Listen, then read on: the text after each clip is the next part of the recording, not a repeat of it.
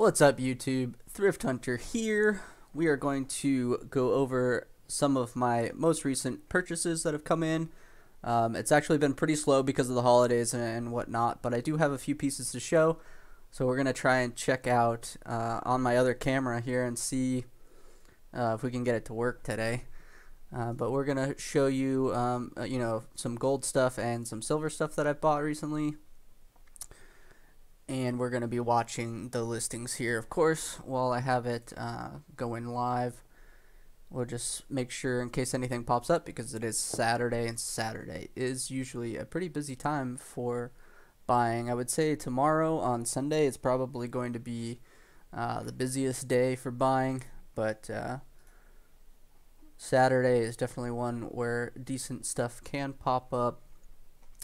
This person keeps listing a bunch of these gold rings too that I tried to buy earlier today, but we're just keeping an eye on the listings, and definitely have been trying to look to buy some more silver. I've been doing really well on watching these silver listings. It seems like not really a whole lot of people check these that often or something, I don't know, but there's always sometimes some crazy stuff can pop up in these silver listings, like I don't know, you could just see something really nice pop up for like 15 bucks. I mean, there's really not a lot of money that needs to be invested for buying silver stuff.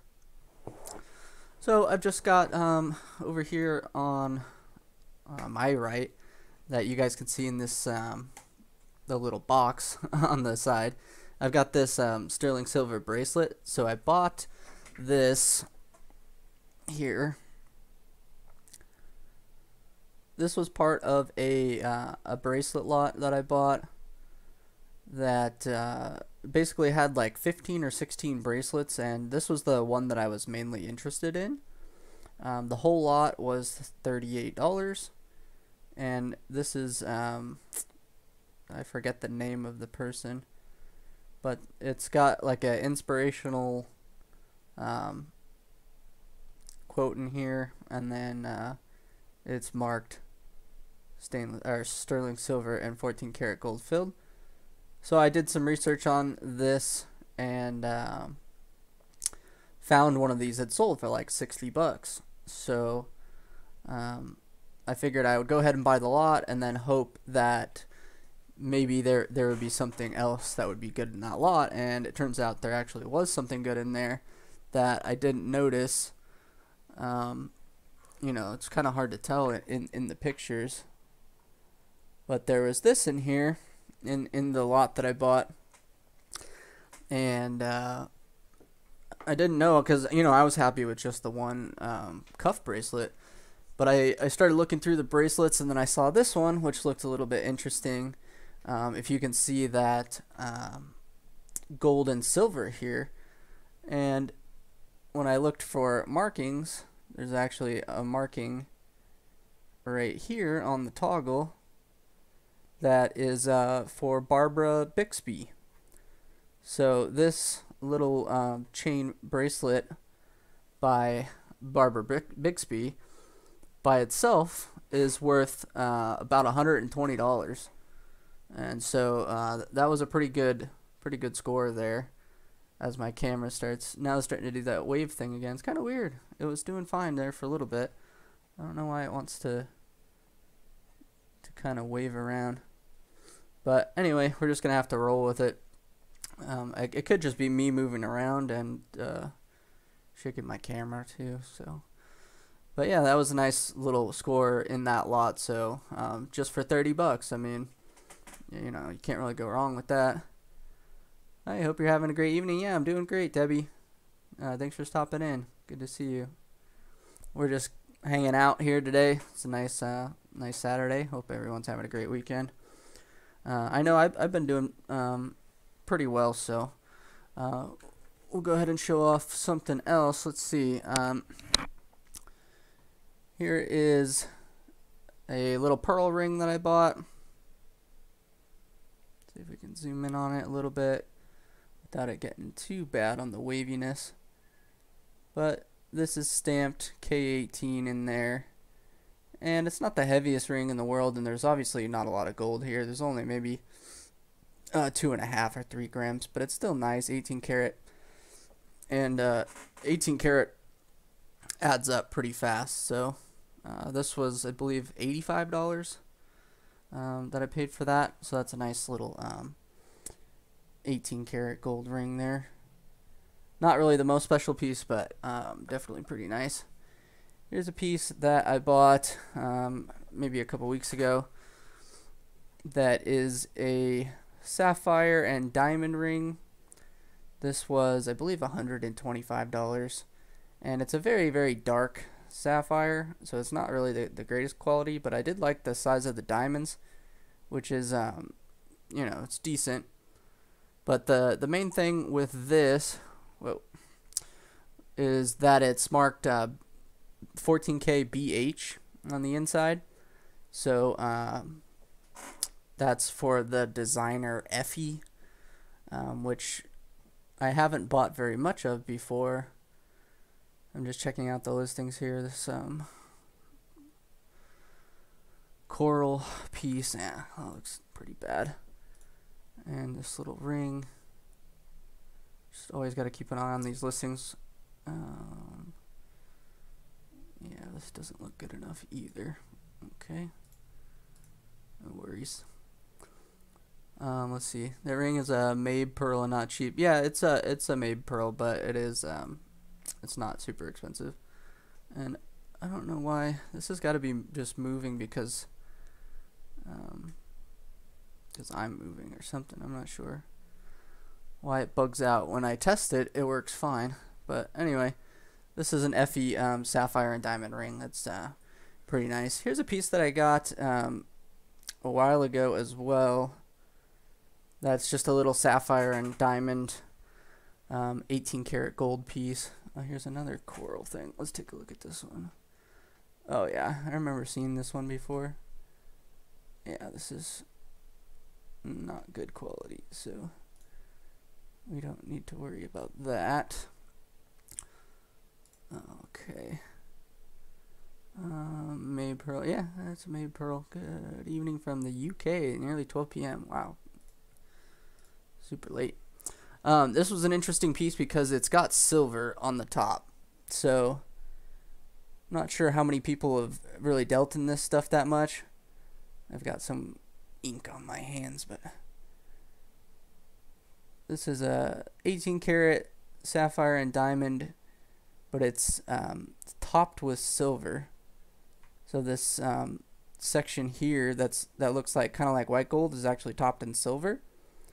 And so sometimes people will they'll pay too much for this kind of stuff because obviously the weight is heavier, but not all of it's gold. So you actually see this in really old antique jewelry, like Victorian type of stuff. So that was a nice piece. I think that was $200.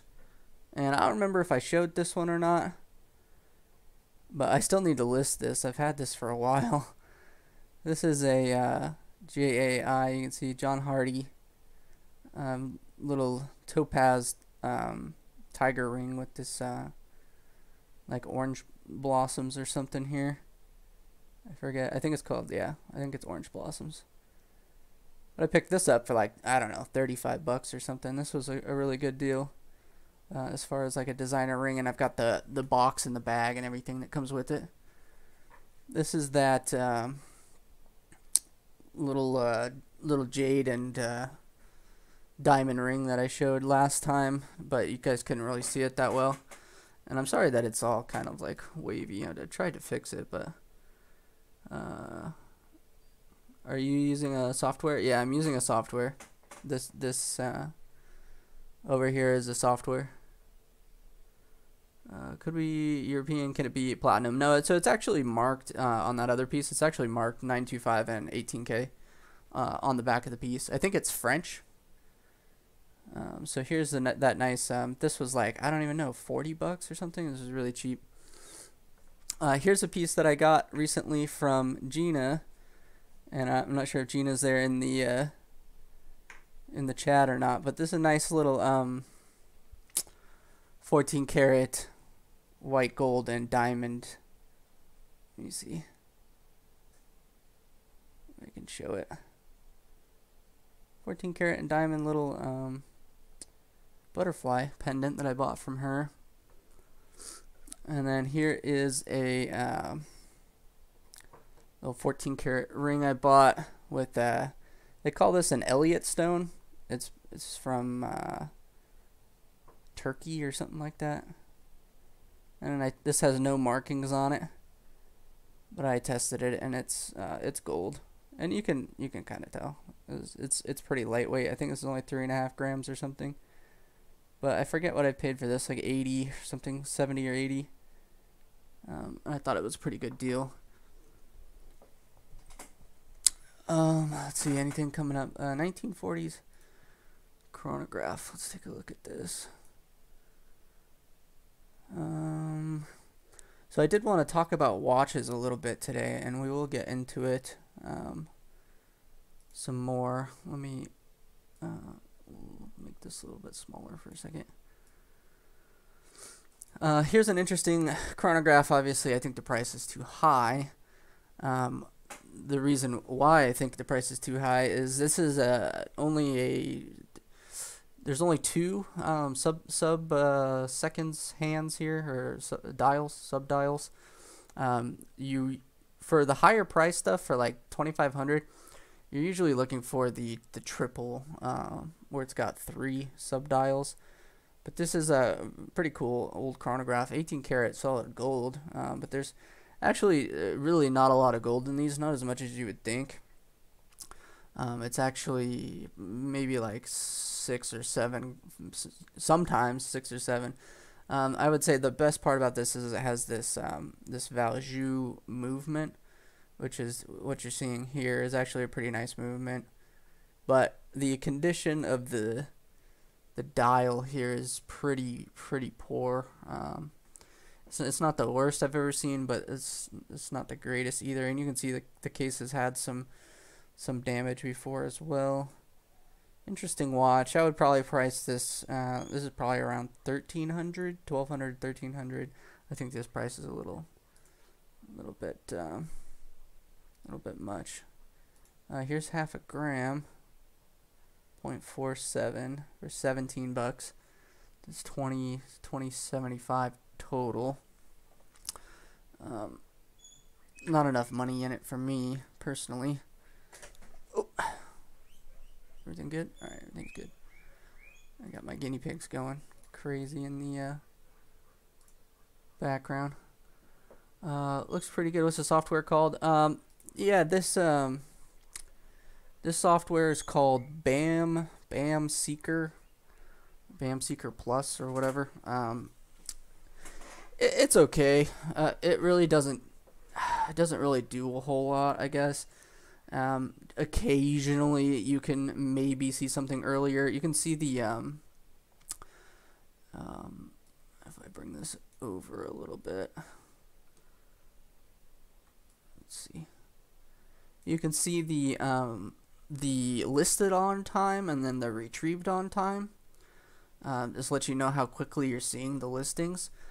So if you see these, it's actually not that great. So I'm not really the biggest fan of this program because you can see that there's like almost a 3-minute or 3.5-minute delay between when something gets listed and when you can retrieve it. This is actually a really old program. I think it was developed or created back in like 2009 or something like that. There are actually other programs out there that are different than this. This I do pay for, by the way. This is like $10 a month. So yeah, the only thing I really like about it is that I can one click and it'll open the page for me, and I can have 14 karat and 18 karat in one feed. So yeah, it's definitely has its issues, but it has its uses as well. Obviously, I'm using it right now, but I don't really use it all the time. I do use it when it's busier, I guess, so I can The other thing is I like that it stays here. So if you look at when I hop back over to here, I have this on automatic refresh, and occasionally when you're doing auto refresh, like the listing right here will appear, and then it'll disappear, and then you're just like, where'd it go? And so that's kind of some of the issues with the auto refresh, is stuff kind of pops in and out. So sometimes I like to use the program just because I can scroll back to where I was, I guess, without missing anything or missing any time. Obviously, because stuff sells. Yeah, so here's a seller I've been buying some stuff off of today. Let's see what they've got. $23. Really close. I think the other ones I bought from them were a little bit better than this. But obviously that's still a good deal for this piece here. Yeah, I'm gonna pass on that one, but I did buy some other ones from them. This is some tribal necklace. Sorry, I kind of keep going in and out because I am also like working at the same time.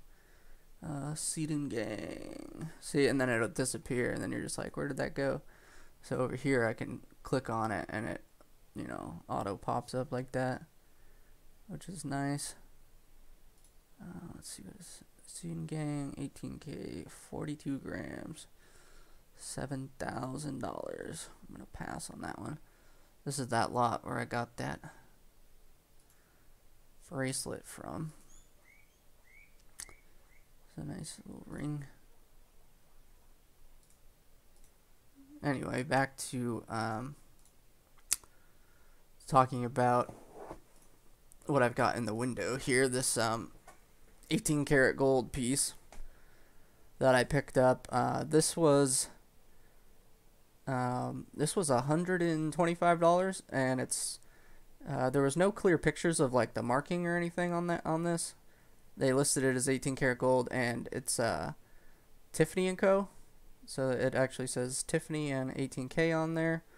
And another one of those things that it's just kind of really hard to tell the size from a picture without any other kind of size reference. And so I bought this, and it was actually kind of interesting that the seller sent me a message. As my light falls off. Bring that back up. The seller actually sent me a message saying that someone had messaged them and said that they would pay more. They would pay $200, but they wanted to sell it to me because, you know, I rightfully bought the item. So it just goes to show you that people are really shady, and it gets really difficult sometimes online because I have a lot of people that contact the sellers and try and get them to sell to them. So that's why I'm not sure, but it happens all the time, even when I'm not streaming. But I do worry about it sometimes when I am streaming. That I may have to, like, at some point set up a delay of some sort, because I do worry a little bit about people, you know, sniping on my deals, because that does happen quite often. But we just I kind of just go with, you know, whatever comes to me is what was meant to come to me, and you know, eventually you get the deals if you keep trying on it. Alright, so there's the little 18 karat Tiffany piece. So this actually weighs 10 grams of 18 karat gold. So it's worth a little over $400, like $450 or something. So yeah, this was obviously a really great deal. Here's an interesting one that I got recently. I don't know. I'm like a glutton for these really large pieces. I don't know why I buy them so often, or if it's even worth it. And there goes my other light. Sorry about that, guys. Hold on. I don't know why it's falling. I didn't touch it, but this is a big carved amethyst piece, and it's 14 karat, marked there on the inside. This weighs about 19.5 grams. So it's an extremely heavy piece, and obviously the stone is probably most of the weight. But the price on this was, I believe, $245. So whenever I see something that's pretty cheap and the weight overall is really heavy, even though it has this big like carved stone, I still like to buy them, because this is a great big like statement piece that somebody would want to wear. I mean, it really does make a statement because of how large it is, and for the price, I mean, realistically, like if I were to scrap that out, it would probably be, I don't know, maybe pretty close to $250 just in scrap. But I just like it because it's such a nice large statement piece, and this wouldn't be one that I would break apart or anything like that. And here's a little diamond ring that I bought, and I'm sorry that it's wavy. I did try and fix it before the stream. Tubular Vids, yo, what's up? How's it going? If you guys are in chat, say hello. Say hello. We're just hanging out. This is a diamond ring that I bought pretty recently that is 14 karat, and then it's like, I don't know, maybe half a carat worth of diamonds. And this was, I believe, about $125 or $135. I don't remember exactly. But this seller, it was actually kind of interesting because they listed a lot of diamond rings, most of them being 10 karat. But this one was 14 karat with diamonds, so that's, obviously usually a little bit better. They had listed weights in their other listings, like, oh, this is 5 grams for 2 rings or whatever. For whatever reason, this one had no weight listed, so I kind of just had to guess on how much I would pay, and I sent them kind of a, whatever, my lowball offer of $125, and they took it, and yeah, this is a really nice. It actually weighs 5.4 grams, I believe, and it's like a half carat of diamonds. And my picture quality here is not going to do it a whole lot of justice, but it is very nice. I'll put maybe about $300 on, $250 to $300, something like that. So nice, really nice little diamond ring that I picked up recently. Here's just a scrap, basically.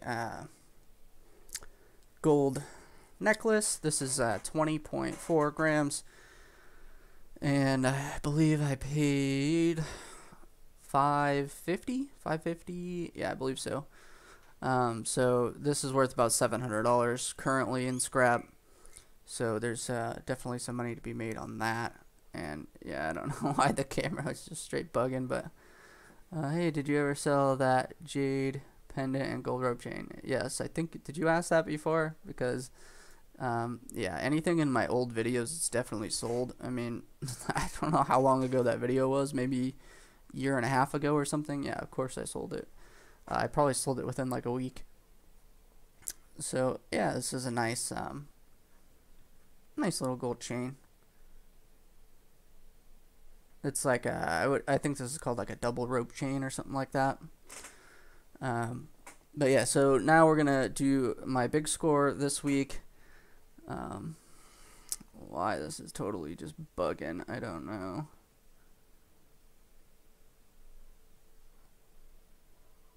Doesn't look as bad on the screen, on your guys' screen, as it does on my screen. It looks like it's really bugging. 4.8 grams here. Okay, Rolex. We can take a look at this. That's pretty nice. No date. You can see no great writing or anything like that. 14K Rolex. Nice condition. Obviously, this has been refinished. When you see an old watch like this and it looks this polished, this has been cleaned. And you've got their little 1600 movement, which is a pretty basic movement. Yeah, I think I've seen this exact same one listed, but I don't remember it being refinished. That hurts the value on this quite a bit. I mean, obviously it's still a nice watch to wear, but being a no-date vintage with not a very good movement and a refinished case, 2000 is not really unreasonable, but I would say you would want to buy this more in the like $1,300 to $1,400 range. If this is what I would want to pay for that. Let's see the sterling really quick. Salt and pepper shaker sterling. What is this?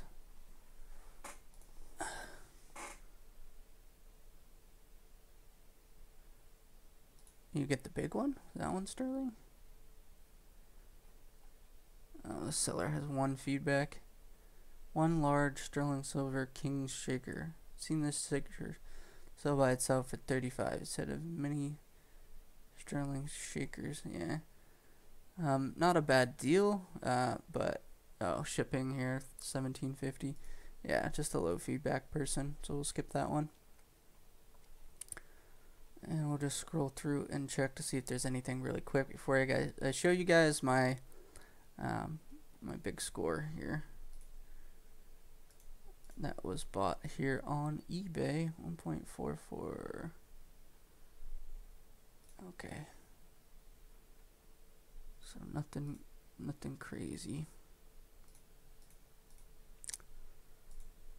Let's see. There's so much scrap gold lots on eBay right now. Yeah, sometimes there is. Not a whole lot of deals recently because of the holidays, but let me grab this chain. So let me see if you guys can see this, because it does lag a little bit.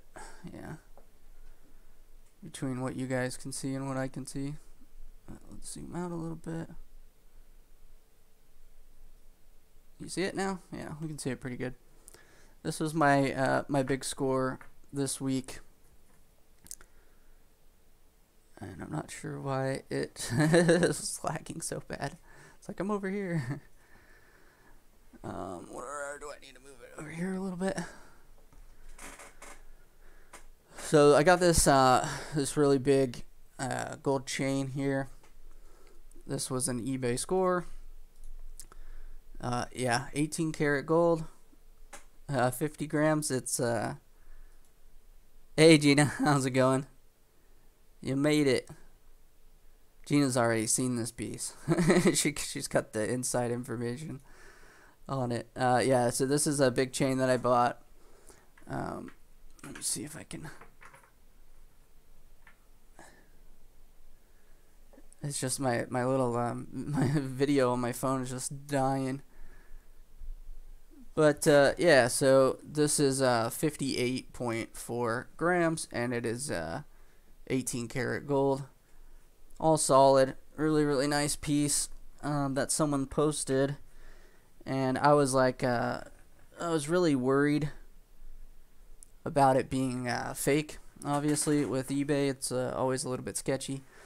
But this one turned out to be real, and I won't, I'm not going to disclose exactly how much I paid for it, because I've had issues with that as well. I have to be really careful on what I show people on the old internet, because sometimes they like to cause some problems for me for some reason.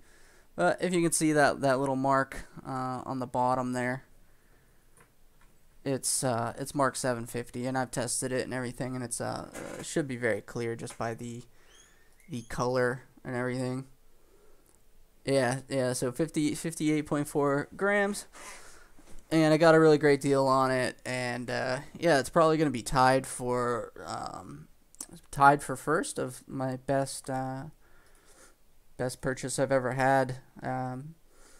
It's probably the best on eBay. The second would be that big 18 karat white gold bracelet I got actually, maybe a month ago or something. So, yeah, I mean, I don't know. I was super excited yesterday when I got it in. But it's not just this one piece. It's actually, the combination of all the pieces that I showed you. Where I've got some pretty good deals on all that stuff. The Tiffany brooch, then the chain, just all the other stuff, the stuff that I still have on the way that hasn't been delivered yet. I mean, so this this week, even though it's been really slow on eBay here on buying. The stuff that I have gotten in has been exceptional in quality, and I don't know, I've gotten really lucky. And this seller who sold this big gold necklace actually sold like maybe 4 or 5 like just like this that I didn't see, I never saw, but obviously someone else bought. And yeah, some of them were actually bigger than this one. So yeah, it was pretty crazy. And I didn't really understand it because I figured, it would be probably fake or some scam seller or something, whatever, because that happens a lot on eBay. But the way that people have told me is like, well, sometimes you got to think that there's really rich people out there in the world that could absolutely care less about this. I mean, they could care less. A few $1,000s to them is like dropping a penny on the street. There's sometimes there's these estates where there's multi-million-dollar estates. A lot of times they can just write this off anyway, at whatever price they want. And yeah, there's lots of reasons why, because I always get people that ask me like, oh, how could someone do that or something. There's a lot of different reasons that you can come up with. Most of the time, it's just that they don't want it, right? I mean, it's a pretty simple concept that it's just you got to get rid of things, and sometimes those things are valuable to someone else. And yeah, I always look at their feedback. Yeah, no, this seller was had really good feedback, a lot of feedback, several thousand feedback. So they've sold quite a few things online before on their eBay page. Most of them are usually a little bit cheaper, obviously. Only recently did these big pieces come in. But yeah, this piece, obviously it's like made my month pretty much. But we're always on the hunt here for more. Obviously, I kind of get immune to it. I mean, this is a big one. It's a definitely a lot of money. But I've had scores like in this range before. So it's not really like, I don't know, it's not a life-changing thing, but it's definitely a nice little boost. Let's check this out. 4.84 1.46 6.3 4.84 of 14 karat. What do they want? 202.6. A little too much. I think this is like priced pretty much exactly at scrap. That's what it looks like. So we'll skip that one. And I can't add sterling to this. I probably should, but I don't want it to get too, because sterling can move really fast on a busy day. Sterling can get moving too fast, so I don't want to have too many things up on that one screen.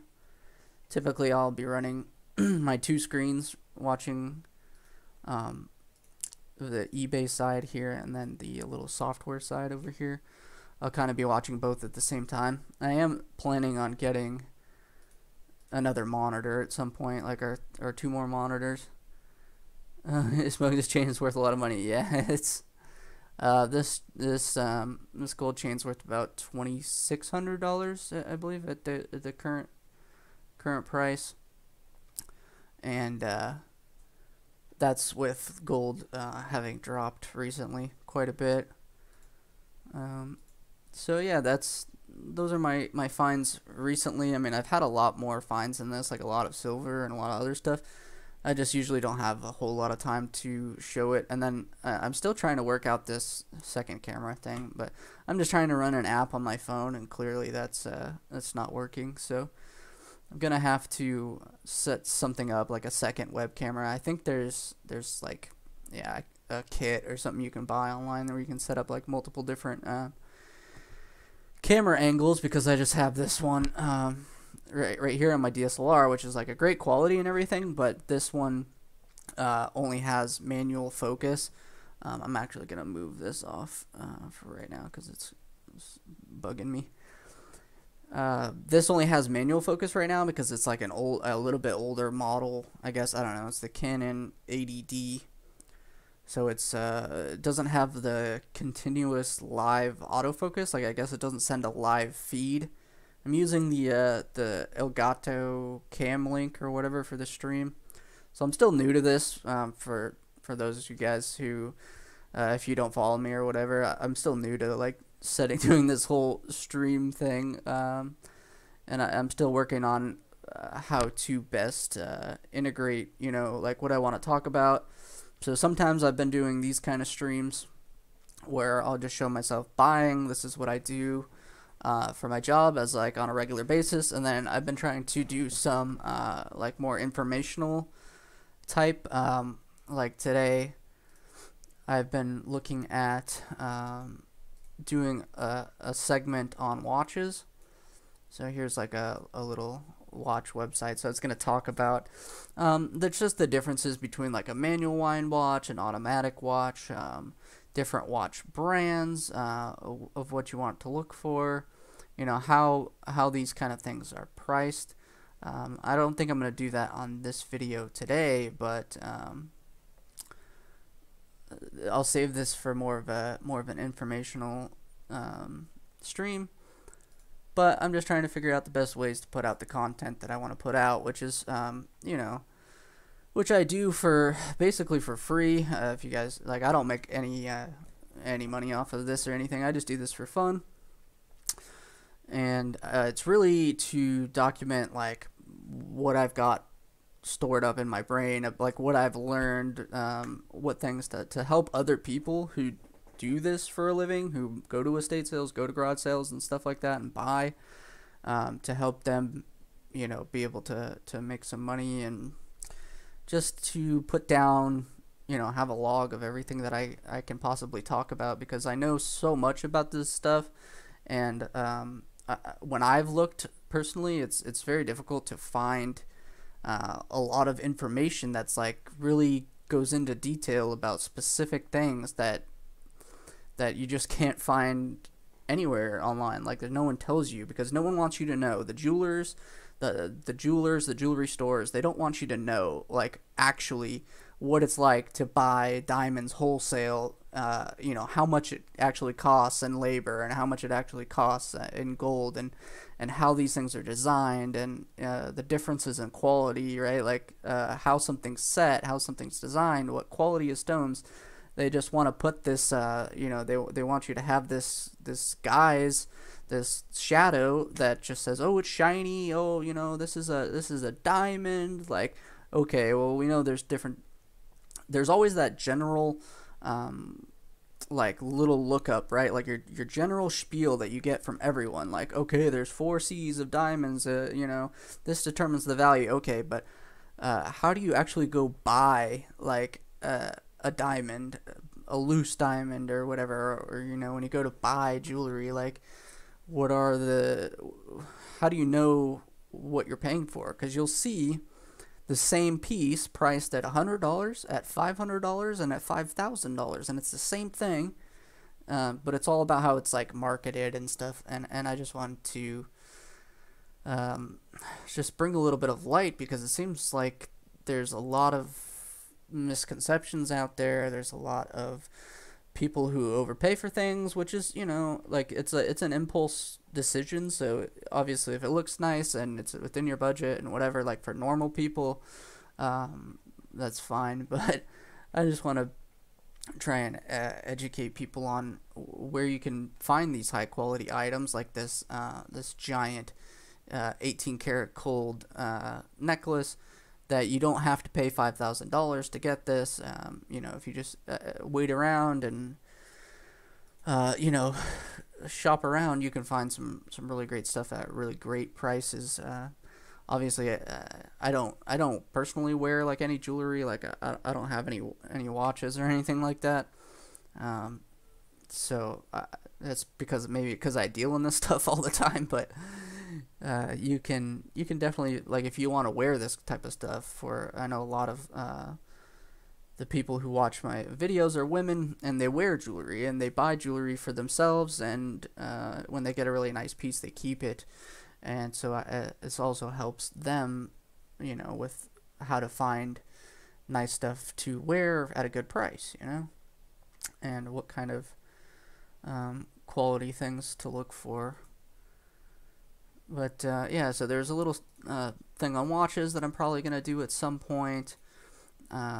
There's also some other things, sorry, I'm kind of clicking around everywhere, that I was going to talk about, like this kind of stuff, where we can go over how to look at a movement and know if it's a nice movement or not. Obviously, these are all, maybe not obviously, but these are all extremely nice movements. Like this would be a chronograph movement, and you can tell because of all the different levers here and just how decorated it is. And you can see something like a more basic, even though this has an alarm, it looks like, so that's a function of a watch. So I am going to do a watch instructional. I was just working on how I want to do it, really. If I want to do some kind of clickbaity thing where it's like, oh, how to tell a fake Rolex or whatever. That's kind of like a pretty common thing that people search for, and I can do that. I want to do like a segment on Rolex itself, which I think would be a good topic for a video. And then some other people have talked to me about wanting to do like opals, or wanting to do just different gemstones, because I've done jade and pearls now, which haven't really been complete, but it's you like the chill streams, it's good. I'm glad somebody likes it. Obviously I don't get a lot of views, or it's YouTube's it's a crazy thing. Like I would say like almost 90% of the comments I get after these videos get posted and go into people's feeds and stuff are just negative comments. Like I get so many people that just tell me that all the stuff I buy is fake, and I don't know, just everything I'm saying is wrong, and I think it's funny. Or I get a lot of people who like to regurgitate that little cliff note, that little summary thing. I always get people, oh, well, emeralds are this, or pearls are that, or and it's like, I try and really go into a little bit more depth, because I really actually do this.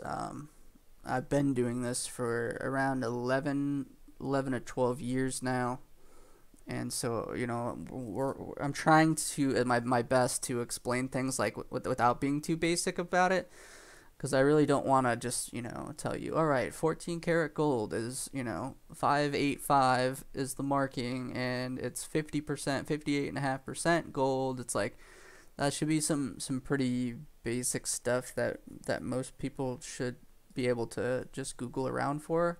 I want to teach you guys the things that you can't Google around for, which is pretty much exactly how I make my money. Is I buy things that you just can't Google, and that's tell you guys about the markers, about how to look for certain things, how they're marked, how they're stamped, where they're stamped, do they have a safety class, do they have like and that's how we spot real pieces. Like when we're before, I've also looked at some Goodwill lots where you're looking at a big picture of a whole bunch of jewelry just like spread out on a table, and how we can tell that certain things are real, and how we can tell for sure that certain things are not real, based on the quality of the stamps, based on how the quality of the materials, like the colors, that sort of thing. So there's definitely a lot of things that a lot of people just want the basics, and I understand that my topics are very dry, and like my videos in general I think are a little bit dry. They're not really, they're very much so more informational than entertainment, I guess. So I totally get it. It's good that you stream so many. There's a lot of trolls. Your secret's safe with me. Yeah, Gina knows all the secrets because we do some deals and it's good. It's good to bounce ideas off of you, like when I'm not sure about something, or I think in general with the jewelry community that we're very good about helping each other out. Like it's not so much of the wannabes, I guess, are so like cutthroat and just want to screw people over and will lie and cheat to get that one deal the one time. And then there's your people who do this for a long time, that have done this for 30, 40, 50 years, that don't screw people over, that will help out anyone. Like if someone has something nice, I tell them, the people who buy from me, like pretty much everything I sell, like these gold chains and rings and whatnot, are gonna be resold, and I go into it knowing that someone's gonna buy it from me and sell it for more, and like we have that understanding that we already know that that's what's gonna go down. So it's like it's just, I have my business, they have their business, and what, like the prices of a piece, it like of a single piece can vary so much depending on how you present it, how well connected you are, what your clients are like. There's a lot of different things that go into selling a piece of jewelry that eventually it gets sold for like this really top dollar price. I'm not the guy who sells it for top dollar, and I just kind of understand that. Like I potentially could sell it for top dollar, but there's just people who do it better than me, so I stick to what I'm good at, and that's really what I try and tell people to focus on. Like if you say you buy something else, like you buy I've said records before, but toys, or maybe you're into tools, or whatever it is, purses, whatever it is that you sell, is to really focus on specializing in that area as much as you can. Like I used to buy everything, right? And I still do to an extent, but I used to buy artwork, rugs, vases, toys, just pretty much whatever, right? And I would do okay on some things, I would do pretty well on, but the profit really wasn't that great, and I didn't like the high shipping costs. I didn't like all the different sizes of things, so you need different size boxes. So the thing that I kept making all my money on, like I would have all these vases and all these things, and they weren't selling, some of them, or they would get scratched, or they had damage or whatever, and they were hard to sell. And then I would, I would get maybe one or two pieces of jewelry, and my jewelry would always sell, and it would always sell for the most amount of money. And so as I kept going on, and my jewelry would sell, and my jewelry would sell, and I'd get more money and more money from the jewelry, and I'm like, at a certain point, I'm like, okay, well, obviously this needs to be my main focus, because it's the easiest to sell, it's the easiest to ship, and it could potentially give you the most amount of profit. So I just kept going with that, focused mainly on jewelry, also bought other stuff, and then eventually I just got to the point where I'm like, all right, I'm just going to do jewelry, because this is what's making me money. And that's why I've told a lot of people to do jewelry. But you can do the same exact thing on any other category. You just have to really focus on it. You can't you can get by with kind of half knowing, like for pottery or something. Say like some of the artists, some of the patterns, like you can get by and find some obvious stuff, but it's finding the stuff that's not obvious, and then also the stuff that's extremely high end. I've found, as I've just grown and grown into bigger and bigger deals, that the high-end stuff is really where you want to be, because there's just the most amount of money involved in higher-end pieces. I mean, if it's a $5,000 piece, and you're doing 10% profit on it, that's $500, versus a 10% on $50, you're only making $5. It's the same margin, but you're just dealing in higher end items, and so it's definitely about that, like that actual dollar amount versus your percentage. Like so like when people say, oh, I got 100% return, all right, well, how much, 100% off of what? Let's see. Have you ever used Etsy? What's your thoughts on that? I have looked at Etsy. There's a lot of other sites, so let's see. Let me read the rest of your comment, I guess. I've been waiting. Hit the London markets or go on Etsy or eBay, I guess. The scammers and fees put me off a bit. It's over 15%. Yeah. If you're talking about selling, I guess on the fees, you just kind of have to work with what you can. You have to bake that in, I guess. But as far as using other websites, on that topic, because I do get a lot of people who tell me about different websites, and I've recently started looking at Goodwill and Salvation Army, and then Gina has told me about Mercari. I've heard about there's Etsy. There's a lot of other websites, but you have to understand the market size, I guess, for those websites is smaller.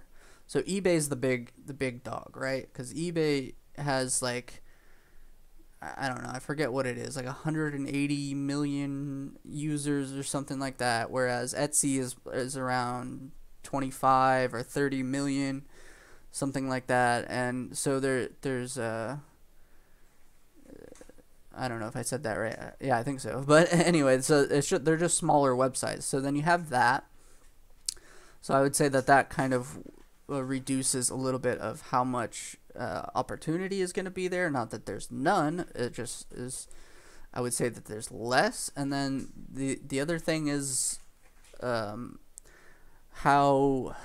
you can search on those websites and how the sellers are on there, I guess. Like, I would say that the people who sell on Etsy, obviously it's more geared towards like handmade items, and kind of like it's just like a different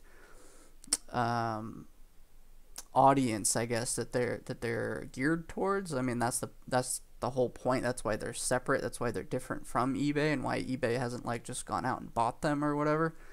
Is because they target kind of a different customer. eBay is the site that most, at least here in the United States, I'm not sure how it is in the United Kingdom or whatever, but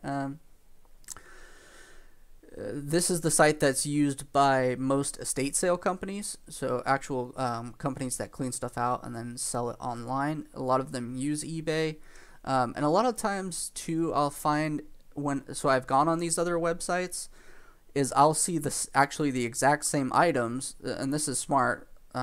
Certain people have programs that will post the same listing to all the websites, right? You just have one listing, you do it one time, and you put it into a program, and it'll list it on all of them. So I see a lot of duplicates when I go on the other websites, and that's another reason why I don't really use them as much, is because like I'll be going through and I'll be like, oh, I've seen that piece, I saw it on eBay. And it's the exact same description, exact same pictures, exact same everything. So you'll see that sometimes as well. There's a little bit of overlap. It's a smaller market.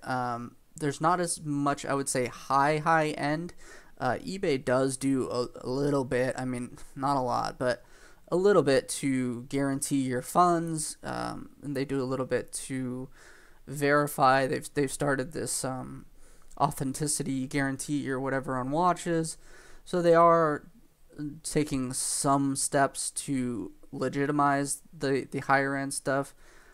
So on like when I just went on Mercari yesterday, the highest priced items I could find were like $2,500, $2,000, whereas on eBay you can see stuff that's listed for $200,000, $300,000, whatever. Like, people sell cars on eBay and like all kinds of stuff. So that's the other thing, is I'm really trying to gear my business towards higher end items. So I'm really trying to buy things that are usually over $1,000. That, obviously, whenever I see a deal, and I'm gonna buy it. Doesn't matter if it's $20 or $10 or whatever, but if I had a preference, it's just the higher end items, because of the reason I said before, is that you make a higher profit amount on a higher end item. It ties up more capital, but I mean, that's all good when you make your like I said, $500 off of 5,000 is a lot better than making $5 off of something for 50. It's a different, same margin, but it's a different thing as far as doing it professionally. Like, if you gotta pay bills and you gotta feed yourself and whatever, like, you know, those little $5 deals are just not going to do it. Sterling little, 22 bucks. I'm not really digging it. If you really want to try and make some money, you got to spend money. So, you know, I always try and set a goal for how much I want to spend in a week, and it's if I'm not spending any money, I'm not making any money. So it's kind of like a double-edged thing. 8.63. This is pretty close, right?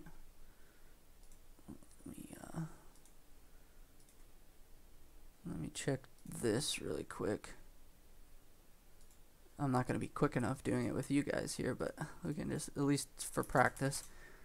8.63 is 299. 299.41. So yeah, this is pretty close. A little too much.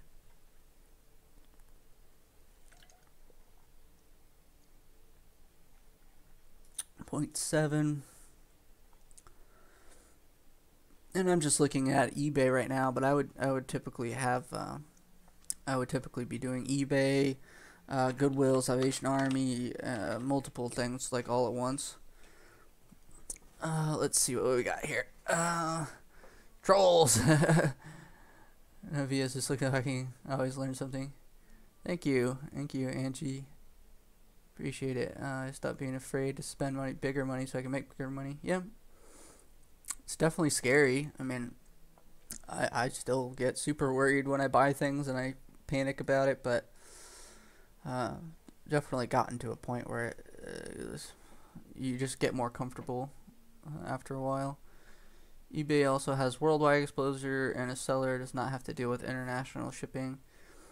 Yeah, I haven't gotten into too much of the international because I really don't sell a whole lot on eBay anymore. I mean, I do sell some things, but it's not a large volume, I guess. Like, I only have 20 things in my store right now. I mean, it's pretty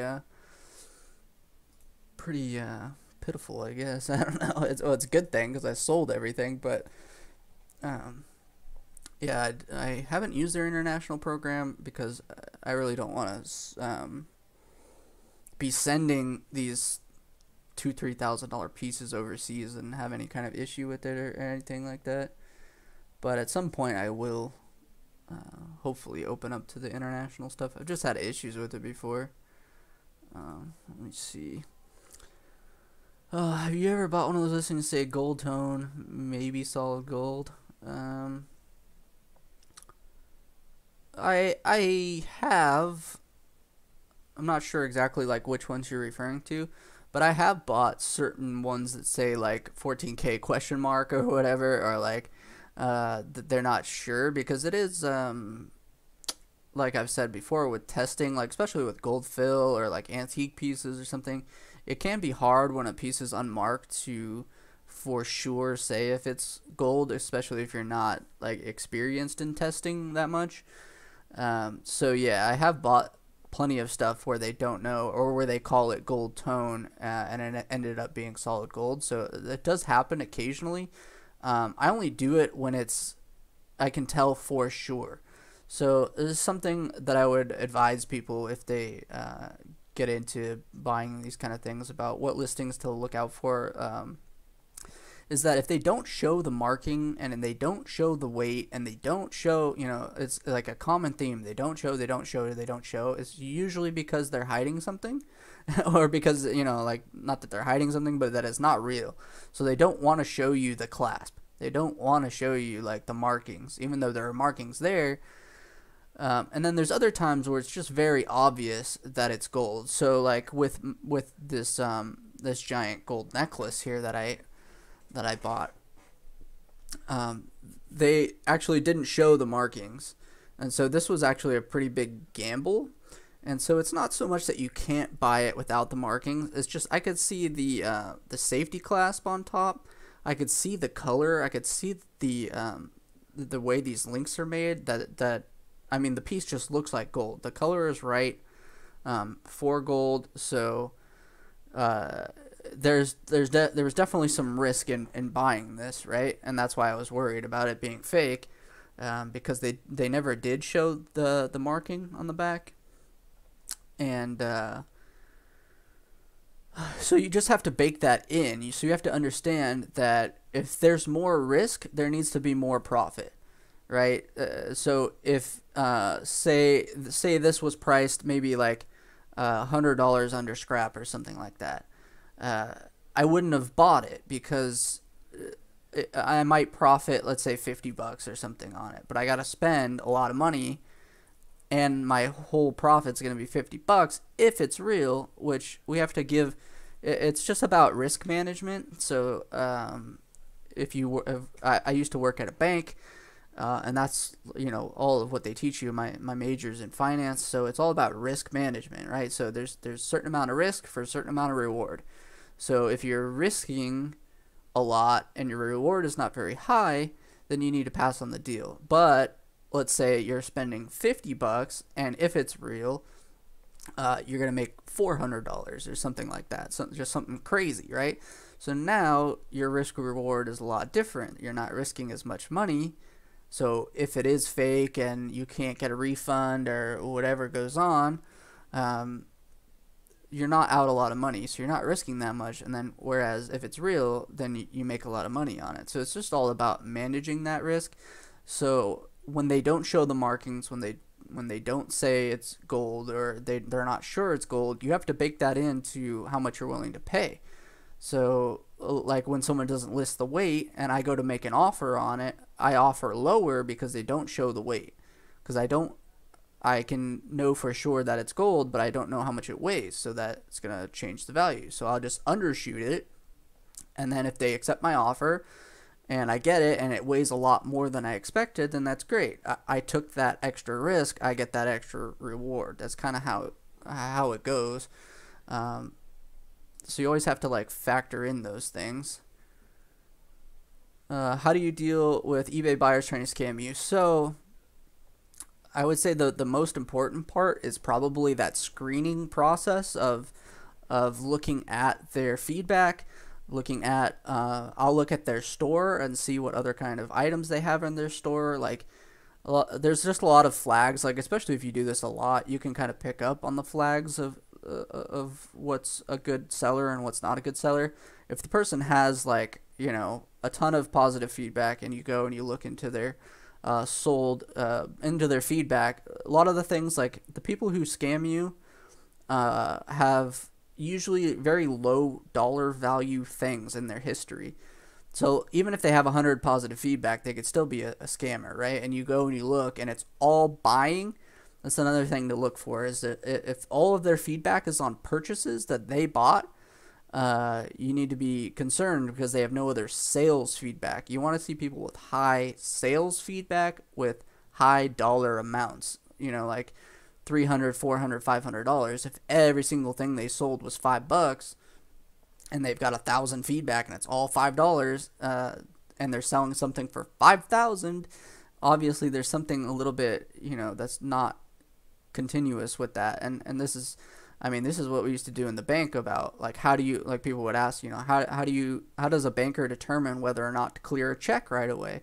Well, they look at your account history, they look at, your deposits, they look at, they go through and look through your whole thing to figure out how much of a risk it is to clear your check right away. Because we would have people come in with a $300,000 check and they say, I want the money today. Well, you have to make a decision of, and usually like a manager would make the decision on whether or not you're going to give this person $300,000 today, or if they're going to have to wait a week, and a lot of times you just err on the side of caution most of the time. But, if your client has, $10 million in the bank with you and they want a $300,000 check cleared, then it's not a risk. So it's the same thing with buying online. Is you want to vet your sellers, you want to look at the item.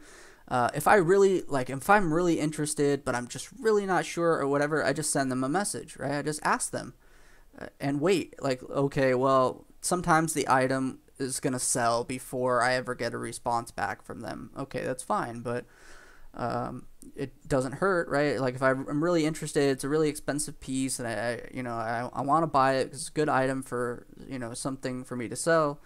I'll just send them, ask them, hey, do you know what the weight is? And sometimes they'll be like, oh, I forgot the weight. It's 40 grams or whatever. and you can just find out that information. So you just do all of those things. You check the item, you check the markings. If they don't provide markings, you can ask for the markings. If they don't provide the weight, you can ask for the weight. Usually the best deals that you can buy are the ones that are automatic. Like if something were to pop up here, you know, that said that was, say, this exact same listing, right? 14 karat solid gold ring, 3.4 grams, and let's say it was $49. We would just know right away because this looks like gold. It's got a topaz in it or whatever. It's a real ring. They've listed the weight. They listed the size. Like, it's solid yellow gold. And if it pops up for $49, it's just an obvious deal. So a lot of the times the ones you want to go for are the ones that are obvious. Those are your best ones.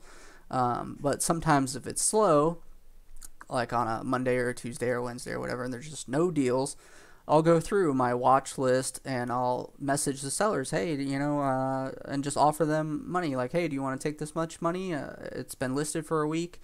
You know, so sometimes you can make deals, but usually the best ones are the ones that are just automatic, because trying to force a deal to happen can be a little bit less successful. Sometimes it does work.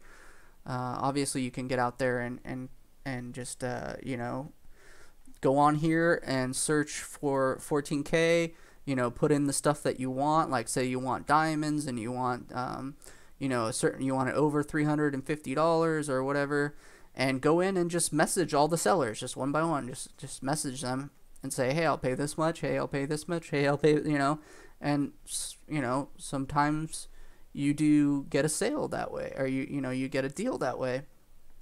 So sometimes I'll do that. Not as often because it's not as successful as, you know, but sometimes it does. And how many people actually get out there and do that and actually, you know, try. And I know people send me messages all the time on the stuff that I'm selling, and sometimes I end up doing a deal with them, you know, because you know, it's just a communication thing, I guess. Let me see if I can get back to you guys. Cartier watches. That's pretty cool. Let me see, what page do I have you guys on? Is it this one? No. This one? No, this one. Okay. Okay, let's see. Have you ever bought one of those listings that says gold tone? Maybe, yeah, okay, read that. It's true. Worry about scammers when you're selling $1,000+ with yeah, of course. Yeah, that's what I worry the most about. But you just got to be like, sometimes I've said this before, that it can take you like a month to get your money back, or it's just a process, and you have to go through this whole process with eBay, and it can be really frustrating, especially when it is like $1,000+ item. But if you really go through everything, like if you have insurance on it, like I put insurance on everything, and you really, you know, get a hold of these customer service agents and whatever, and you really push for it, eventually you'll get your money back. But it takes a lot of time, and it's frustrating. But after you've done it a few times, it's not really like you just know the process better, I guess, so it doesn't become as bad. Have you ever found a white chain with a sterling, white gold chain with a sterling pendant? Oh yeah, all the time. That happens a lot, especially at estate sales and stuff, where they just pull everything out of the closet or the dresser or whatever they had their jewelry in. You'll see gold pendants on fake chains and real chains with fake pendants, and yeah, I mean, that's one of my tips from one of my really old videos that I would talk about that quite a bit, is you always need to really comb over stuff, especially at estate sales. It's different online, I guess. It's a little more, I don't know, just more difficult or less likely to happen. Because most of the time when people list stuff online, they have some idea of what they have. For the most part, it's an interesting ring. But yeah, definitely I can have found stuff like that. Instant like, thanks Donnie, appreciate it. Yeah, if you liked the video, give me a like. Yeah, my whole, you know, I stream to all of my 15 viewers or 11 viewers right now, but like I said, I like to watch these back, and it's really for my own enjoyment, I guess, and just for those people that really need the information. Like I said, I know it's dry and it's not very entertaining and that sort of thing. It's very informational. It's like my couple of my other buddies that do videos. I guess a lot of them are more entertaining than I am. But if you guys haven't checked out their channels, just channels like Pulitzer Opal, Black Opals Direct. I've been watching a lot of their videos. They're really great. There's on watches, on pocket watches, Bun Special. I don't know how many of you guys have seen Bun Special before. He does very long, in-depth videos on watches and movements and that sort of thing, and they're maybe not like a good, obviously this video is like an hour and 10 minutes long. It's not really a good little 5-minute, you got 5 minutes and you want to watch something super entertaining. But like Bun Special, as far as watches, probably has the best content you can find anywhere on the internet, like at all on watches. He probably has the best information that you're gonna find anywhere. So it's okay that he's not super. It's not like a super entertainment show. It's just for that information on stuff that you just can't find anywhere. So he's definitely a good channel to check out. And then all of my other all of you other thrifting people, some of you guys are in the chat, have great channels and a lot better, but I'm still new at this part of it, obviously. Is it difficult to return an item that was not gold or silver as the buyer described, for example on eBay? It's typically not that difficult. It depends on how they represented the item, really, and so I make sure of that when I'm buying, that they specifically say in the item specifics it says 14 karat gold, and in the description it says 14 karat gold, in the title it says 14 karat gold. And if I get that piece and it's not 14 karat gold, then I have like complete grounds to return that item because of how it was represented. So if you if they never said that it was gold in the listing, or they never said that it was silver, and then I try and return it for whatever reason, oh, it's not silver, but if they never said it was, then you don't really have, like, you still can return it because eBay allows you to. So it's part of, part of the problems with eBay is that they just allow scammers, they just allow refunds. I talked about this on I don't know, I've just talked about this before, is a lot of times this stuff is covered by by their insurance, like eBay's insurance, PayPal's insurance, like the bank, Visa insures any fraudulent transaction or whatever. So they have, and I learned this too from working in the bank, is that like when you want to go charge back something on your credit card, like they don't care. They don't care if you have proof or whatever. It's just like, as long as you used Visa and you reported it within 2 days or a week or whatever, a certain amount of time, they just automatically give you the money back.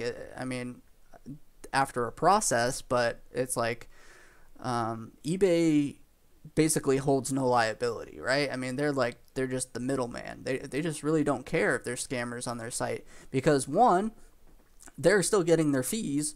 Even if they return their fees, they're holding on to your money for a certain amount of time, right? So for, say, a $2,000 transaction where there's $200 in fees, and same with PayPal, is these companies use that, like, that money's on their books, so they can invest it and make a return on the money while it's sitting there, and they just make sure it takes a long time. That's what Google does, what Visa does, that's what Wells Fargo does, that's what every company does, is they just make it take a long time, right? Oh, you'll get your money back in 30 days, you'll get your money back in 45 days, oh, you gotta wait a week for this and 2 weeks for that. And it's so that all the money is holding in their accounts for as long as possible, because so that they can make their interest off of it. You have to understand that's how banks make money, is they loan out the money that you have on deposit, right? And they get their return on it. So they want as much in deposits as possible, and they want as much as loans as possible. so that they have that rate of return on their money. It's all just a big math thing. So they've done the math right at eBay. Otherwise, they wouldn't allow just anyone to return anything for any reason. But they've done the math on it. They know that it's more profitable for them to allow those things to happen. It's every once in a while, you know, a scammer sells a fake gold chain, and the person who gets it doesn't know that it's not gold, and they get away with it. And so, yeah, there's a whole it's a whole bigger picture thing that a lot of people don't know, right? They don't know the behind the scenes of the entire company. It's like I don't know how much eBay's net worth is or what their capitalization is, billions, right? I'm sure. So they think on a big scale, big investor basis. They don't care if there's fake stuff being sold. They don't care if there's counterfeit stuff being sold. They only care if they get in trouble and it costs them, more money than they're making, right? It's kind of that whole thing about, I don't know, like the old McDonald's. There's that video about the McDonald's coffee being too hot or whatever, and they just realized that paying out was cheaper, so they don't care. It's all just a big math problem, right? It's sometimes just cheaper to pay out the claims, because as long as the money keeps flowing inward, then it doesn't matter if they have to pay out the returns and stuff. Let's see. Been doing really good with junk lots. Always buy the ones that contain gold or silver jewelry. I've been trying on the junk lots, but everything on Goodwill and stuff has just been really overpriced for me, and I haven't really had any luck with the junk lots. Where I keep losing you guys. Okay, over here. You're a full-time reseller. Do you watch eBay listings all day? Yeah, that's what I do. It's what I'm doing right now. It's not too bad. I mean, it's just a lot of waiting and checking out these listings. That's why I like to do the streams. I'm gonna, I try and do it when it's busy, but it's kind of like a double-edged thing for me, because like I have to be working and streaming and reading chat and have like 500 tabs open, and I have a second camera that I'm showing stuff on, and it's a little too difficult to really be focusing and working.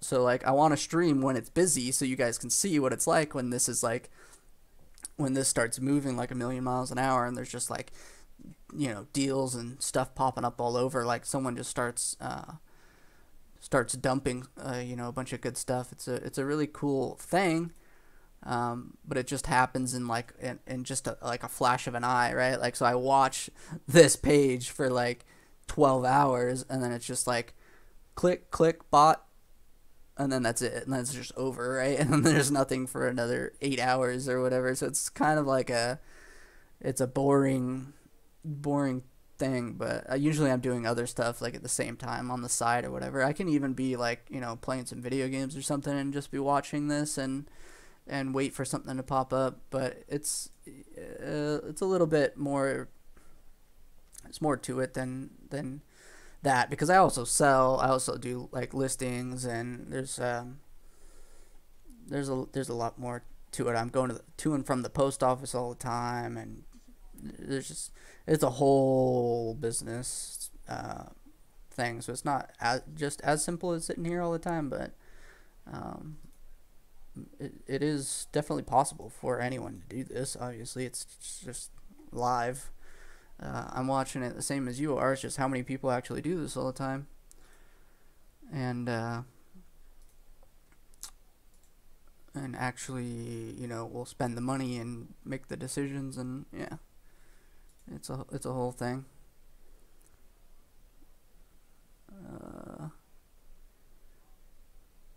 Yeah, so the hold on. Oh, okay, gold plated Cartier thing. That's kind of cool. Still. yeah, the cufflinks. I think a lot of people are clicking on that. It's 18 karat yellow gold, but it's not. Here, hold on. Let me look at this as well. Some illusion. 14 karat over sterling silver. Okay. That's a little misleading. But, okay, let me go back to this one for a second. I'll get to your cufflink thing in just a second. Can you guys see that this is an illusion setting? And that's why I didn't just immediately like click over to buy it. This can be a little bit tricky, but you see that these aren't actual like full-size diamonds. This is called an illusion setting to make them look better, bigger. It's actually only the very center. You see the reflection on that bottom one there? That's the actual size of the diamond, and since it has that big flat surface over the top of it, you know that that's a single cut diamond, so it's essentially basically worthless diamonds. I mean, these are like just junk, right? And so that's an indicator. Like if this was full-size diamonds and actual 14 karat yellow gold, then this $75 would be really cheap, right? Okay, back to the those cufflinks I was looking at, these ones here. So at face value, this may seem like a maybe one to make an offer on or something like that, because it's 10.6 grams, and if you punch that into the gold calculator, you know, you're close to $400 or something, right? But these cufflinks, which we would call like these have bullet ends on the back side of this cufflink, on this part here. There's you guys know how these bend, right? They like have kind of a spring in them. So actually in the center of this is a curved shaped metal spring bar that is going through this like little joint. It's kind of hard to explain unless you've broken these apart, but that's how it is. So inside of this end bar is a curved piece of steel, and that's what allows you to flick it, bend it this way, and it kind of snaps. And that's what it is. It's like there's this curved piece of steel, and that will add weight, usually around half a gram, like 0.3 to a half a gram per cufflink. So the actual gold weight in this is going to be lower. And there's also that pin that goes through the middle can sometimes be gold, sometimes it's not. And then who knows, like, you know, this being, let's see if they show the close-up of the markings at all. Also, the other thing to note about these, let's see, yeah. So you see how this is a Chinese piece, right? This is like a Chinese good luck or whatever this says.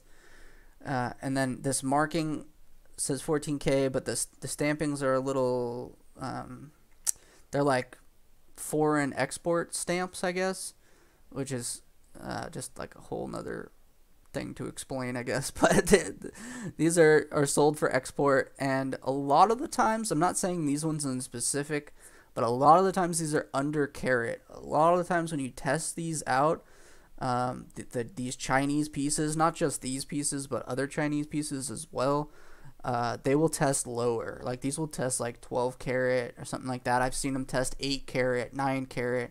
A lot of times when they're marked like 18 karat, they're actually test at 14 karat or 15 karat or something like that. So it's also another thing to be very careful about with Chinese products in particular, is that they do under carat their stuff quite a bit. And that happens from other countries as well. It's not just China, but I do notice it a lot on specifically Chinese cufflinks. I have had that happen before as well. Springs can't be made of gold. No, because they wouldn't be hard enough. The gold would just bend. It wouldn't hold up to multiple, years and years and years of that cufflink being clicked over and clicked over and clicked over a bunch of times. The gold would wear out too quickly. So it has to be steel, and a lot of times you'll see steel clasps, a lot of steel like connections on wear points and things like that. I mean, it happens, but or like a bracelet I had recently. It was a like a cuff bracelet, and it had a metal bar going through the middle of it because it was like a chain link thing, and it had a little metal spring bar going through it that allowed the bracelet to open and whatever. So you have to be aware of those kind of things. Same thing with like a pocket watch, like on a, I don't know, I've got a bunch of them here. On a pocket watch, it's not going to focus very well, but like this top part, like this is from a gold case. I took the pocket watch out.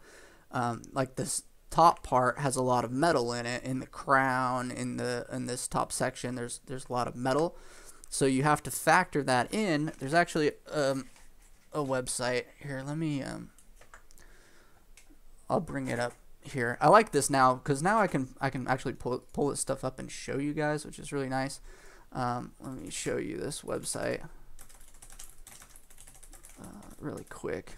This is how I figured out. I think is it this one here? Yes. Are the pictures still up? Yeah. Okay. Let me show you guys this.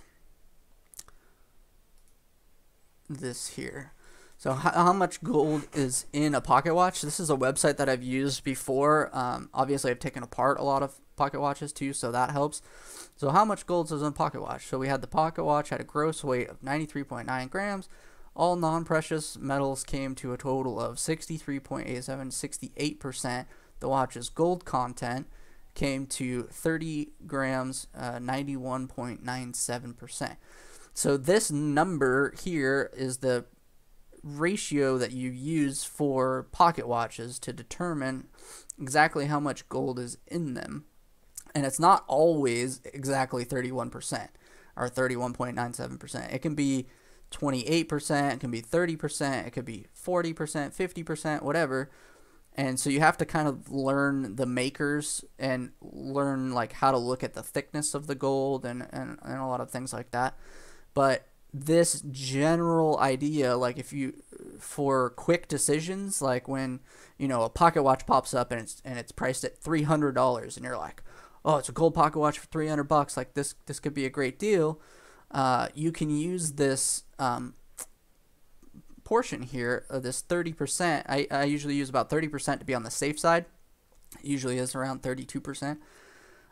To calculate how much gold's in there. So if they give you the gross weight of the entire pocket watch, or you can estimate the gross weight, you can estimate how much gold is in there. So this will give you a breakdown of how much the movement weighed, 57.88%, how much the crystal weighed, 2.63 grams, how much the crown, how much was base metal in the crown, how much was how much was actually gold in the crown. And this website shows you a couple of different watches that they took apart, how much the movements weigh, you know, what the millimeter size is. So that's something else you can use to determine how much gold is in a pocket watch, is by the millimeter size. Like if they tell you, oh, it's, you know, 1.5 inches or whatever, you can kind of estimate if it's a 10 size, a 12 size, a 0 size pocket watch, and you kind of pick up through experience how much is in like a 0 size, how much is in a 12 size, like on average, right? Pocket watches is a really fun game to kind of gamble on, because you can make a lot of money or you can lose a lot of money, or, you know, like pocket watches can have so much different amounts of gold in them, like, and that obviously the difference is a lot of money. You can have $1,000 difference based on who made the case and how thick it is. But here it's showing you like how much the crystal, how much the, you know, gold filled frame. Pocket watches have lots of different parts. Like this one here has a piece of metal in it. This metal goes around the whole inner frame, and so you have to take out this metal spring to determine how much gold. You have to bust this part off, and you have to take out this metal spring to get down to just exactly, it talks about this, the steel frame placed inside. And sometimes pocket watches don't have this steel frame, and it's actually just thick gold. So you can actually get lucky sometimes and make a lot of money when it doesn't have this steel inner frame. and you can see that this frame weighed 6.72 grams. It's a lot of weight, and you can't necessarily see this in the pictures, and so you have to expect to deduct this much weight and sometimes they don't have it. So it's, yeah, pocket watches are a whole thing that it does take a little bit of practice, and sometimes I make a lot of money on them and sometimes I lose money on them. They really are a pretty big gamble with the pocket watches. Not too interesting to see how the spot price moves. I don't play the spot price at all, and it goes up, it goes down. I have to buy and sell every day. It doesn't matter. Like, I have no problem with selling like my big gold chain for the current scrap prices. Like, I don't. If you play like, you'll make. This is what my gold dealers and my friends have told me is you'll make more money just being quick to buy and sell and not worrying so much than if you try and play the game of the market. You'll just lose money trying to. I mean, it's like doing stocks or whatever. You'll just lose money. Gold Spring. Yeah, I like that website. At auction, if you guys laughed when a pocket watch case sold for $400 that was marked warranted, they said it was plated. Yeah, so okay. Let me see. Pocket watch. There's another website for that as well. Yeah, I think it's this one here.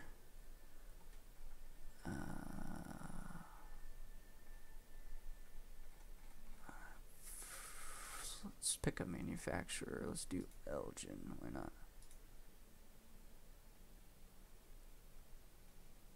I'm not sure. I think I have to search for a specific one. But I'm looking at this website here. This is a Pocket Watch trademarks archive. So if you want to search for, a lot of times, like when I do this when I have like a name to search for, but they will actually show you the case markings. This isn't exactly what I'm looking for, but there are certain archives that you can look at as far as if the marking on it that's stamped on it, let me see if I can find it, is gold or not. So yes, there are some that, like 99% of the time, the ones that say warranted are not gold. So it's another thing with pocket watches is knowing there's actually a lot of different markings, and some of them are gold, some of them are like 8 karat gold sandwiched between two 14 karat golds, so there's still a lot of gold in it, but it's not as pure gold. There are ones that, say 2 plates of gold with a, that are gold filled. Pocket watches and knowing which ones are gold is like a whole nother thing. But let me see if I can find that page. Let's see, I just had it up. Gold marks. Something, how to tell if your pocket watch is gold. Let's see. No, I can't really find, but there is a website, and I think it's this website actually, but I have to like search for a specific one. But there are certain websites you can look at to find what type of markings you want to look for solid gold cases. Yeah, I can't really find it right now, so I'm not going to spend too much time on the pocket watches, because it's something that you kind of have to learn. But usually if it says 14 karat, like guaranteed to a say 14K or whatever, it's usually good. If it has, you should have like eagle marks for 18 karat gold. It'll have a whole bunch of like hallmarks on it. But there are certain ones that are like certain trademarked names that people, that make it seem like it's gold but are gold filled. Like most of the ones that are solid gold are like very, very clearly marked 14K, like multiple times. And that's kind of something that I talk about with people is if something's real, it should scream that it's real. Like no one even 100 years ago made a solid, even 5,000 years ago, like gold has been stamped and marked for thousands of years. The people want their name to be on it. They want the usually the country has to put their stamp on it. The city it was made in. These things are just like marked up all the way around. I mean, not always, but a lot of times they try and make it very clear that it's gold, and the ones that you're not sure are probably not gold. Let's check out this little bracelet. It looks too light. But here's like an example of a gold bracelet that you might look at. This is most likely hollow. I'm pretty familiar with this exact bracelet. I've seen it before. But here's like a listing where a lot of listings you'll see are like this, where it doesn't give you a weight or anything. There's nothing in the description. There's maybe no pictures close up of the hallmarks, but we can look, and obviously this is gold for sure. We can tell by this type of clasp here, how these end links look, how the color looks, the diamond cut finish on this white and yellow gold. Like it's very clearly gold, even though they don't show the markings. But this is probably hollow and weighs less than 4 grams, probably 3.5 or something like that for this bracelet. So it's too high of a price. But sometimes you look at a listing like this and it's actually like you look at it and you're like, whoa, this looks really heavy.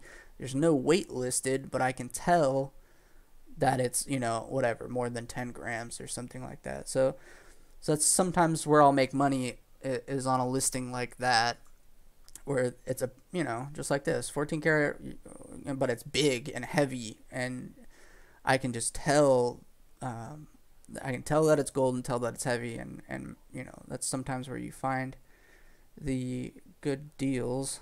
I'm just looking through things here. I just saw one with a scale. I'm not seeing it now. Alright. We can go to silver. We can see if there's any silver. Here's a cuff bracelet, 22 grams. Yeah, I still have yet to show me actually get a good score on the live stream, but it's okay. I mean, like I said, you can watch for 10 hours and not find anything, and then it's just like in 1 second you buy something and then it's done. So it's a very hurry up and wait kind of thing. Interesting cuff bracelet. These are too high prices. Let's go back over to our YouTube. Finding jewelry sales are down. People in the UK are stuck at home, not able to go out for dinner, for example. Also with managed payments, coin sales are not possible on eBay. What is selling is craft lots, broken items for repair. Yeah, it's definitely been really slow. I mean, for me, mostly the holidays, it's been really slow. It's usually only busy on Sunday, pretty much, is like my main day. So it's when a lot of people list things from buying Thursday, Friday, Saturday. They buy, and then Sunday they list. So that's usually when I start buying. It's been really slow, of course. With this business, or the way I do it, or whatever, it really doesn't take, it takes one thing, right? I mean, just one, it literally takes one piece, and so it doesn't matter. I don't know, if I spend all week just watching these listings and I see nothing all week, and then all of a sudden I just get one of these, that it makes the whole week worth it. So yeah, I would like it to be busier, and I think at some point it will get busier. I mean, you have to understand there's no garage sales, there's no good estate sales, there's it's not even very good online. There's not a lot going on in the whole industry. I mean, in any industry right now. So yeah, it's definitely slow. and I think it will pick up. Like, I would love to be buying, like, if there was a lot of stuff going on and I could buy a lot, like, I'd be doing really great. But like I said, it takes one thing to potentially make my whole week, make my whole month. So if I get just a couple of items a week, but they're really, really good, then we're fine. And so far, that's kind of how it's been. Even when it's super duper slow, I'm still able to find, one piece, one or two like really good pieces, and or one really big scrap lot or one really big silver lot. So yeah, it's just like, it always sucks when there's a good deal that pops up on here and I miss it. Like, I know that, okay, that could be the only good deal all day, So yeah, it's just a very big patience thing. But like I said, it's nothing like I'm not laboring, or like it's not like some and I enjoy it. That's probably maybe the main thing is obviously, like, if you enjoy it, then you're not really you don't have to work that much. It doesn't feel like work. Because I love doing this. I love when a new, like one of these big like gold pieces pops up here, and it's just like, oh, like, 39 grams. I mean, that you can, obviously this is priced too much, and I just checked it. There's this person has 20 feedbacks. It's really just, I guess I could bring it up on the screen. This person has 20 feedbacks, so I wouldn't really do it. But like, this piece is, let's, for exercise again, we can check the prices on it. Here, let me try. I always forget which page I have you guys up on. Okay, this one. Let's check the price on that for 39 grams. 39 grams is $1,353, right? And this just popped up. This is worth $1,393. So if this was priced like, right, I can make them an offer, but obviously their price is too high, so it's not the greatest example. But just seeing this $1,300 item just pop up on this feed is like, that's a lot of money. $1,300, even though I can't buy it because it's priced too high, but it's still like a valuable piece, right? So that's brand new to market, like just showing up. So if that was priced at $800, $900, I can make $400 off of that one piece in the blink of an eye, and then just be done for the day. So I always get excited. I love watching this stuff, because if you go through here, look at the value of this stuff: $1,600, $300, $800, $3,500, $500, like. That's crazy. That's why I love jewelry in general, is the stuff just goes for a lot of money. So there's a lot. You only have to get lucky just a little bit. I might watch 10,000 of these listings go by and not buy a single thing, but I only need one for someone to just slip on one thing that I just happen to know that, this I just knew about this one watchmaker, or this one, pocket watch or whatever, and I just happen to know all this information that I've been talking about how to calculate the value of a pocket watch, and all these things that are pretty complicated for someone who just does not care one bit about jewelry. So there's obviously that. You guys know that because you guys go to garage sales, estate sales, and stuff, and buy this stuff. So there's so many opportunities out there. It's just, for me, why I do it online, and is because of how much value there is. Look at this. This is thousands and thousands and thousands of dollars. I might sit here and watch, $500,000 go by in a day, on my screen. So, and all I'm trying to do is pick out that one, that one little piece that I can make a couple $100 on. But if the business was moving quicker and things were busier, I really hope that what I've experienced so far has been just the beginning of it. Like, I really hope that business does get a lot better. I really hope that everything is super slow right now, and that eventually it will get back to being really busy. I know, like, when I used to go to garage sales and stuff. Like during the summer, I mean, there would be 100 garage sales on a Saturday. I mean, like just tons of them. And so there was a lot more activity. You really need people going to garage sales and estate sales and stuff for me to ever see anything on this on eBay. There has to be activity in the whole industry of buying and selling. So that whole industry has been slowed right now. So I hope at some point that this really gets going and really gets busy, because can just really grow my business into something quite a bit larger. So everything in UK is gonna shut down. Yeah. Hopefully sales pick up soon. Like I said, I've been doing fine as it is, and I just, if it gets better, then I'm just gonna be doing really well for myself.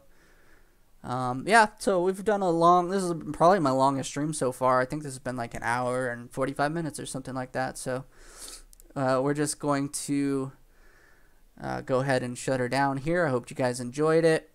We'll be back. Probably my next video will be like one of those informational videos. Like I said, I may do one on Rolex or on watches or something like that. This was just a fun, chill little stream today. And just me ranting about, just whatever stuff. So, yeah, thank you guys for watching. We're going to end it here. Have a good weekend, everybody.